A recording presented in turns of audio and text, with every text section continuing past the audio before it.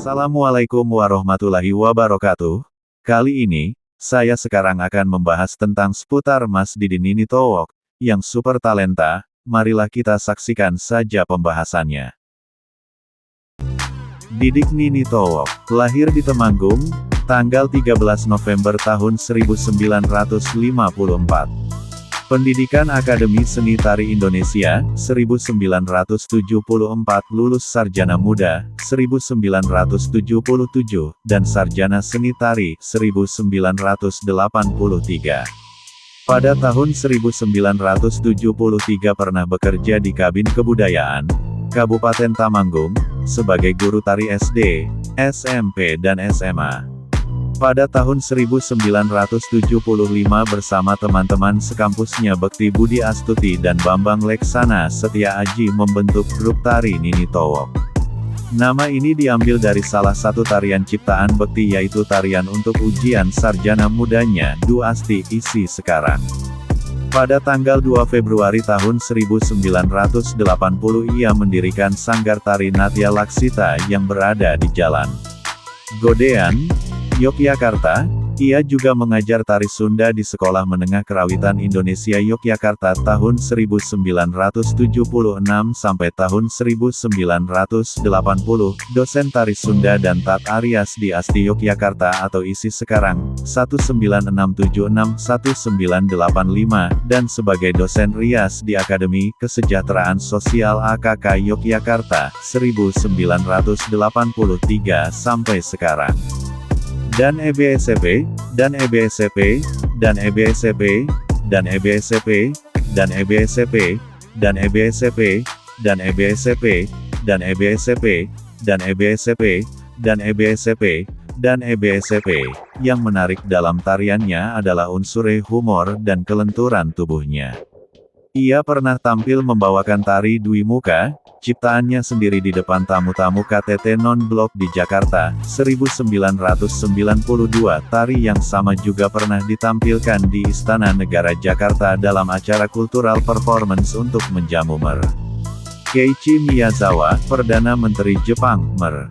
Helmut Kohl, Kanselir Republik Federasi Jerman, dan Mer.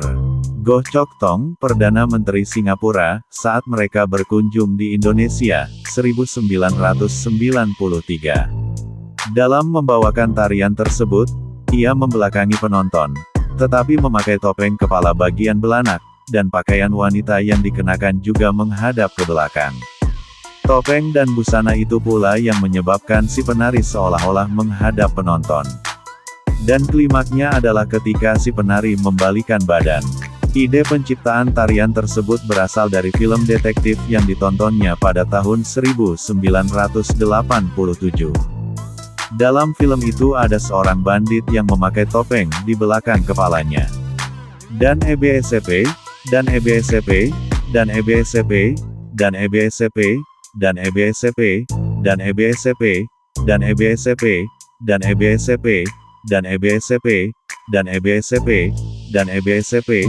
Penghargaan yang pernah diterimanya antara lain dari Depdikbud sebagai mahasiswa teladan, 1976, juara Lomba Rias Pengantin yang diselenggarakan oleh Persatuan PAES 16 Yogyakarta, juara 3 Rias Fancy Sedan Das DIY, 1980, Pria Populer DIY, 1982, Penghargaan Seni DIY dari Paku Alam ke-8, 1989,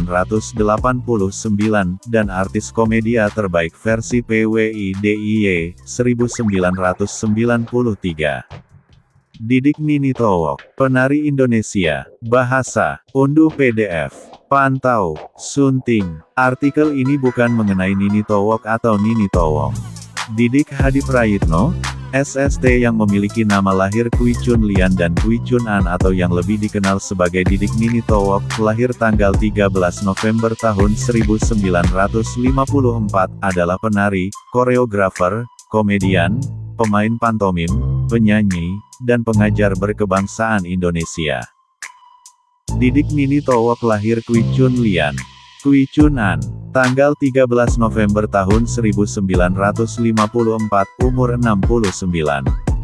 Temanggung, Jawa Tengah, Indonesia. Nama lain Didik Nini Towok Alma Mater Asti Yogyakarta. Pekerjaan penari, koreografer, komedian, pemain pantomim, penyanyi, pengajar. Tahun aktif 1971. Sekarang orang tua Kwi Yutiang, Hadi Prayitno, dan Suminah. Didik Nini Towok terlahir dengan nama Kwi Chun Lian. Karena sakit-sakitan orang tuanya mengubah namanya menjadi Kwi Chun An. Ayah Didik, Kwi Yutiang, merupakan seorang peranakan Tionghoa yang terdampar di Temanggung, sedangkan ibunya, Suminah, adalah wanita Jawa asli, asal desa Citayam, Cilacap. Didik adalah sulung dari 5 bersaudara, keempat adiknya perempuan. Setelah G30 SPKI, keturunan Tionghoa diwajibkan mengganti nama Tionghoa mereka menjadi nama pribumi sehingga nama Kwi Chun An pun menjadi Didik Hadi Prayitno. Kehidupan masa kecil Didik penuh keprihatinan. Ayahnya bisnis jual beli kulit kambing dan sapi. Ibunya membuka kios di pasar kayu. Hidup bersama mereka adalah kakek dan nenek Didik. Maka keluarga Didik harus hidup pas-pasan. Sebagai anak dan cucu pertama, Didik selalu dimanja oleh seluruh anggota keluarga. Selain itu, Didik tidak nakal seperti kebanyakan anak laki-laki seumurannya.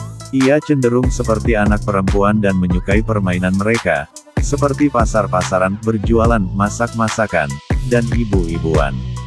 Saat kecil pun Didik diajari oleh neneknya keterampilan perempuan seperti menjahit, menisik, menyulam, dan merenda. Pendidikan. Setelah lulus SMA, impian Didik untuk melanjutkan kuliah di Asti Yogyakarta terbentur pada biaya. Didik pun bekerja, tak jauh dari kesukaannya, menari. Didik menjadi pegawai honorer di Kabin Kebudayaan Kabupaten Temanggung dengan tugas mengajar tari di beberapa sekolah SD dan SMP, serta memberi les privat menari untuk anak-anak di sekitar Temanggung. 2 tahun setelah lulus SMA, Didik bertekad untuk kuliah di Asti. Berbekal uang tabungannya, Didik berangkat ke Yogyakarta dan mendaftar di Asti. Berkat tari Manipuri, tarian wanita yang diperagakannya dengan begitu cantik, Didik berhasil memikat tim juri Asti. Sehingga Didik diterima dan dinyatakan sebagai mahasiswa Asti angkatan 1974. Pribadinya yang hangat, kocak dan santun tak menyulitkan Didik untuk mendapat teman. Bersama teman-teman barunya, Didik menampilkan fragmen tari berjudul Ande Ande Lumut. Didik berperan sebagai Mbok Rondo Dadapan, janda centil dari desa Dadapan. Penampilan Didik sangat memukau mahasiswa Asti yang lain. Menjadi anak kos sangat sulit bagi Didik, karena tak mungkin mengharapkan kiriman dari rumah. Keterampilan perempuan yang dulu diajarkan neneknya terasa sangat berguna. Didik menerima pesanan membuat hiasan bordir, juga menjual hasil kerajinannya, seperti syal dan taplak meja. Beberapa bulan setelah mulai kuliah, Didik menerima tawaran dari kakak angkatannya, Bekti Budi Hastuti Tutik, untuk membantu dalam fragmen tari Nini Towok bersama Sunario. Nini Towok atau Nini Towong adalah semacam permainan jailangkung yang biasa dimainkan masyarakat Jawa tradisional. Pementasan ini sangat sukses. Kesuksesannya membawa trio tersebut pentas di berbagai acara. Mereka pun mengemas pertunjukan mereka dengan konsep yang lebih matang. Saat Sunario mengundurkan diri, posisinya digantikan Bambang Leksono Setio Aji, teman sekos Didik. Mereka lantas menyebut kelompok mereka sebagai Bengkel Nini Towok. Dan di belakang nama mereka melekat nama tambahan Nini Towok, berarti, nenek yang menyeramkan. Setelah itu, karir Didik Nini Towok sebagai penari terus berlanjut, bahkan Didik sering muncul di televisi. Proses kreatif. Didik terus mengembangkan kemampuan tarinya dengan berguru kemana-mana. Didik berguru langsung pada maestro tari Bali, Ki Gusti Gede Raka, di Gianyar. Ia juga mempelajari tari klasik Sunda dari Endo Suanda, tari topeng Cirebon gaya Palimanan yang dipelajarinya dari tokoh besar topeng Cirebon, Ibu Suji. Saat pergi ke Jepang, Didik mempelajari tari klasik Noh Hagoromo di Spanyol. Ia pun belajar tari flamenco. 4. Setelah menyelesaikan studinya dan berhak menyandang gelar Didik Hadi Prayitno, SST Sarjana Seni Tari, Didik ditawari alma maternya, ASTI Yogyakarta untuk mengabdi sebagai staf pengajar. Selain diangkat menjadi dosen di ASTI, ia juga diminta jadi pengajar tata rias di Akademi Kesejahteraan Keluarga AKK Yogya.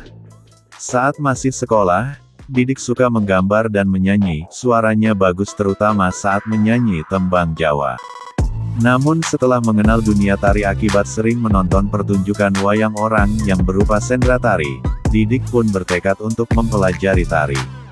Sayangnya perekonomian keluarga yang pas-pasan menyulitkan langkah Didik untuk belajar. Akhirnya Didik meminta teman sekelasnya Sumiasih, yang pandai menari dan nembang, untuk mengajarinya tari-tarian wayang orang. Menari bukan hal yang sulit dilakukan, karena selain tubuhnya yang lentur, Didik juga berbakat. Guru Didik berikutnya adalah Ibu Sumiyati yang mengajarinya dan ketiga adiknya, tari Jawa klasik gaya Surakarta. Didik membayar guru ini dari hasil menyewakan komik warisan kakeknya. Didik juga belajar tarian Bali klasik dari seorang tukang cukur rambut. Didik berguru pada A.M. Sudiharjo, yang pandai menari Jawa klasik juga sering menciptakan tari kreasi baru. Didik ikut kursus menari di Kantor Pembinaan Kebudayaan Kabupaten Temanggung. Salah satu gurunya adalah Prapto Prasojo, yang juga mengajar di Padepokan Tari milik Bagong Kussudiarjo di Yogyakarta. Koreografi tari ciptaan Didik yang pertama dibuat pada pertengahan 1971. Tarian itu diberi judul, Tari Persembahan, yang merupakan gabungan gerak tari Bali dan Jawa.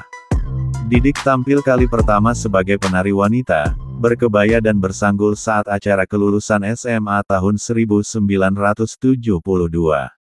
Saat itu, Didik juga mempersembahkan tari ciptaannya sendiri dengan sangat luwes. Filmografi, Gengsi Dong, 1980. Jagat X-Code, 2009. Preman in Love, 2009. Wonderful Life Film, 2016. Sinetron, Warkop DKI episode Petinju, tahun 1996 sampai tahun 1997, bersama Warkop DKI dan Hengki Siregar. Begitulah pembahasan dari saya, lain kali kita sambung kembali. Jangan lupa subscribe, like, dan komen, dan jangan lupa, bagikan ke teman media Anda. Terima kasih. Assalamualaikum warahmatullahi wabarakatuh.